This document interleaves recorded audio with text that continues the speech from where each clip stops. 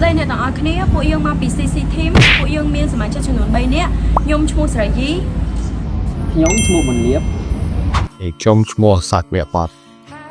ចំពោះ mission របស់ពួកយើងគឺពួកយើងចង់បង្កើត AI មួយដែលជួយសម្រួលដល់ការរស់នៅរបស់មនុស្សដែលធ្វើឲ្យគាត់មាន confidence ទៅលើស្បែកមុខរបស់ពួកគាត់បញ្ហាមួយដែលមនុស្សគ្រប់វ័យមិនថាភេទប្រុសឬមួយក៏ស្រីតែងតែជួបប្រទះនោះគឺបញ្ហាស្បែកមុខអញ្ចឹងមនុស្សយើងម្នាក់គឺឆ្លាញ់ស្បែកមុខអញ្ចឹងគាត់តែងតែ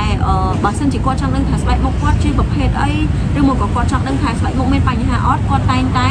ទៅ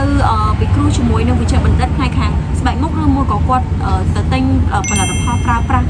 យកមក skin care មុខអីចឹងទៅអញ្ចឹងបើសិនជាអ្នកដែលគាត់ចង់ដឹងថាស្បែកមុខគាត់មានប្រភេទម៉េចឬមួយក៏ជួបបញ្ហាម៉េច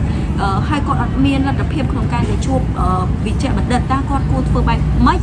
នេះហើយគឺជាបញ្ហាមួយដែលពួកយើងចង់លើកយកមកដោះស្រាយដើម្បីជួយសម្រួលទៅដល់មនុស្សគ្រប់វ័យហើយងាយស្រួលអត់ចាំបាច់ចំណាយថវិកានិងពេលវេលាច្រើនទៅលើ skin care គាត់ចំណាយទៅគឺត្រូវហ្មង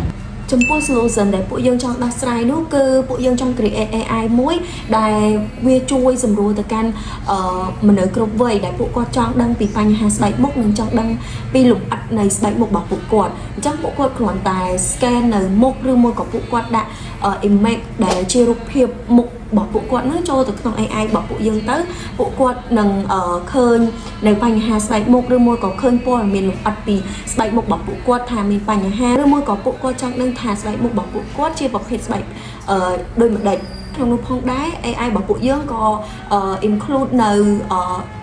skin care ឡើយមុខរបស់ពួកគាត់មានបញ្ហាអីទៅនៅក្នុង AI ហ្នឹងគឺបាន recommend នៅ skin care គាត់ដើម្បីឲ្យគាត់ហ្នឹងទៅប្រើប្រាស់ត្រឹមត្រូវនិងចំណេញពេលវេលាចឹងសរុបមកវិញពួកយើងបានស្វែងរកបញ្ហាមួយនិងរកដំណោះស្រាយមួយដែលងាយស្រួលបំផុតសម្រាប់មនុស្សគ្រប់វ័យមិនថាប្រុសឬមកក៏ស្រីឲ្យតែគាត់ចង់ដឹងពីបញ្ហាស្បែកមុខរបស់ពួកគាត់គ្រាន់តែប្រើនៅ AI របស់ពួកយើងទៅគឺជួយសម្រួលគាត់ខ្លាំងមែនទែនចំណេញទាំងពេលវេលានិងថវិកាផងដែរ